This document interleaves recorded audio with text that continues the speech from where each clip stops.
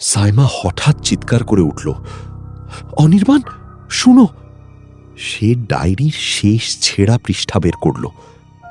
এখানে লেখা ছিল, তার হাত কাঁপছে, যদি বন্ধন ভেঙে যায় তাহলে ছায়া পুরোপুরি আসবে না, যদি না কেউ তার জায়গা নেয়। সবাই থমকে গেল। ঋতু ধীরে বলল, ঠিক তাই। সে ছায়ার দিকে এগোলো। একটা খালি জায়গা সবসময় লাগে। অনির্বাণ বুঝে গেল, মানে তুমি? ঋতু মাথা নাড়ল। আমি ওকে আনিনি, আমি ওকে সম্পূর্ণ করছি। হঠাৎ ঋতুর শরীর থেকে বিশাল কালো শক্তি বের হলো। জর্র! পুরো গুহা কেঁপে উঠল। ছায়া আরো বড় হয়ে গেল, আর সেই সাথে আকাশ পুরোপুরি অচেতন হয়ে গেল। সাইমা চিৎকার করল, ওরা আমাদের সবাইকে ব্যবহার করেছে। অনির্বাণ সামনে এগুলো, তার হাতে ছোট ক্রাউবার, কিন্তু এবার সেটা অস্ত্র না, একটা শেষ সিদ্ধান্ত। সে ধীরে বলল, যদি কেউ জায়গা নিতে হয় তাহলে আমি নেব। সাইমা চিৎকার করল, না! ঋতু তাকালো। তার চোখে এক মুহূর্তের জন্য মানবিকতা ফিরে এলো।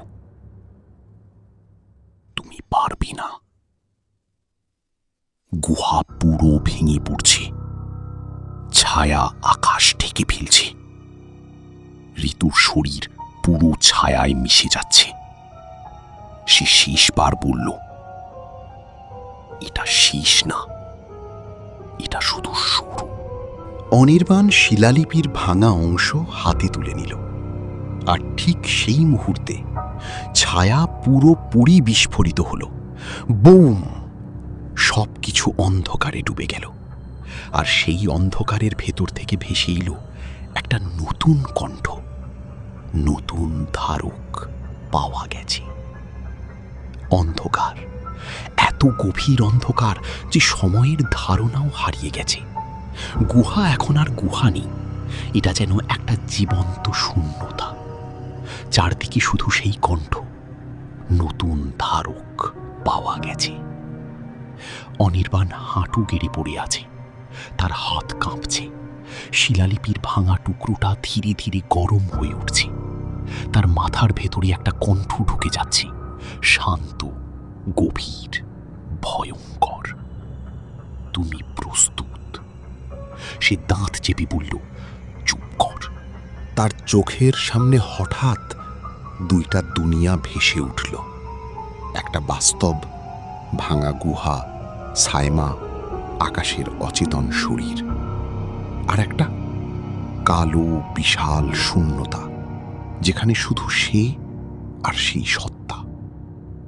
ছায়া ধীরে বলল, তুমি চাইলে বাঁচতে পারো, তুমি চাইলে সব শেষ করতে পারো। সাইমা দৌড়ে এসে অনির্বাণকে ধরল। ওর কথা শুনো না, সে কাঁদছে। আমরা বের হতে পারি, কোনো না কোনো উপায় আছে। ঋতুর ছায়াময় অবয়ব দূরে দাঁড়িয়ে চুপচাপ দেখছে। সত্তা আবার বলল, তোমার ভয় আছে, তোমার দুঃখ আছে, আমি সেগুলো শেষ করে দিতে পারি। অনির্বাণ কাঁপছে, তার চোখে ভেসে উঠছে তার অতীতের কিছু টুকরো, হাসি, মানুষ, আলো,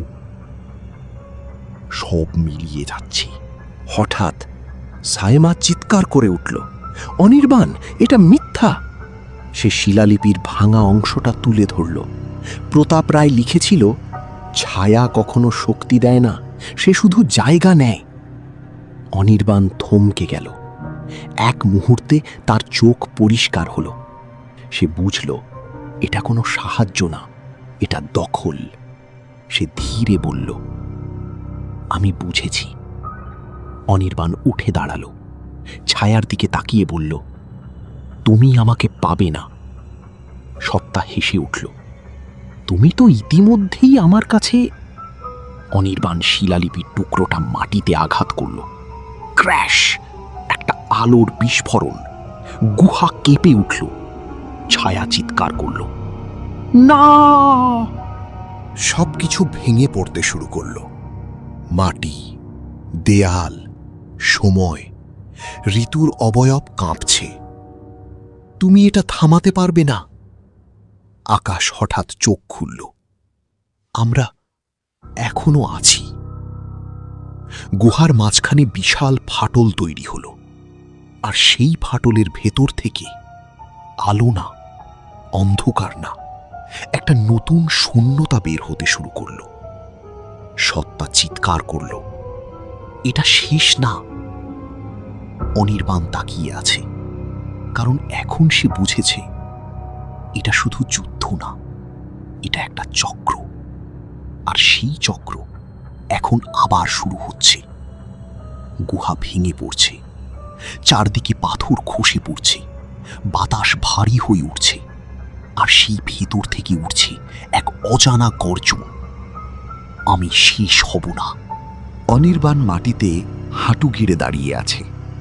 তার সামনে বিশাল ফাটল, যেটা থেকে বের হচ্ছে অন্ধকারের ঢেউ। সাইমা তাকে টেনে ধরার চেষ্টা করছে, এখান থেকে বের হও এখনই। কিন্তু অনির্বাণ তাকিয়ে আছে সামনে, কারণ সে বুঝে গেছে এটা শুধু পালানোর জায়গা না, এটা শেষ সিদ্ধান্তের জায়গা। হঠাৎ আকাশ উঠে দাঁড়ালো। তার চোখ এখন পরিষ্কার। আমি আর ওর মধ্যে নেই। তার কণ্ঠ শান্ত। তার শরীর থেকে কালো ছায়া ধীরে ধীরে বের হয়ে যাচ্ছে। সে ধীরে বলল, আমাকে থামাতে হবে। তারপর সে দৌড়ে গেল সেই ফাটলের দিকে। না! সাইমা চিৎকার করল, কিন্তু আকাশ থামল না। সে ফাটলের ভিতরে ঝাঁপ দিল। একটা আলোর বিস্ফোরণ। ফাটল কেঁপে উঠল। ভিতর থেকে ভয়ঙ্কর চিৎকার, না! গুহার দেয়াল কাঁপছে। ঋতুর অবয়ব চিৎকার করছে, তুমি এটা আটকাতে পারবে না। অনির্বাণ দাঁত চেপে বলল, আমি পারব। সাইমা হঠাৎ চিৎকার করে উঠল, ডায়েরি! সে শেষ পৃষ্ঠা খুলল। এখানে শেষ লাইন আছে। তার কণ্ঠ কাঁপছে। ছায়াকে শেষ করা যায় না, কিন্তু তাকে বন্দি করা যায় যদি কেউ নিজেকে চক্রের কেন্দ্রে রাখে। সবাই থেমে গেল। অনির্বাণ ধীরে সামনে এগোলো। ঋতু চিৎকার করল, না, তুমি বুঝতে পারছো না। অনির্বাণ তাকালো। আমি বুঝেছি। সে সাইমার দিকে তাকালো, তোমরা বের হয়ে যাও। সাইমা কাঁদছে, না।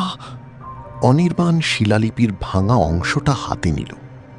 তার শরীরের চারপাশে আলো আর অন্ধকার একসাথে ঘুরছে।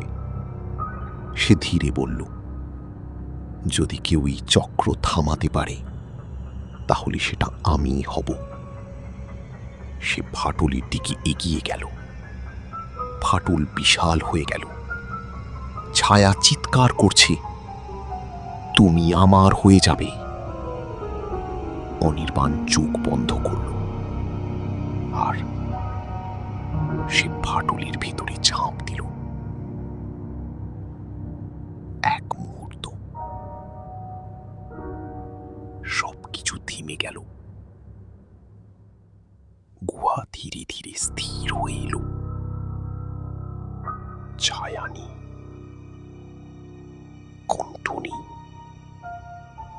শুধু ধুলো আর ভাঙা পাথর। সাইমা চোখ খুলে দেখে সে বাইরে, ভাঙা জমিদার বাড়ির সামনে। ঋতু নেই, আকাশ নেই, অনির্বাণও নেই। শুধু তার হাতে একটা পুরনো ডায়েরি। শেষ পাতায় লেখা, চক্র শেষ হয়নি। সাইমা কাঁপা গলায় ফিসফিস করে, অনির্বাণ। হঠাৎ ডায়েরির পাতা নিজে থেকে উল্টে যায়, আর সেখানে লেখা ভেসে ওঠে, নতুন ধারক প্রস্তুত হচ্ছে। ফল শেষ কথা, ছায়া শেষ হয়নি, শুধু বদলে গেছে।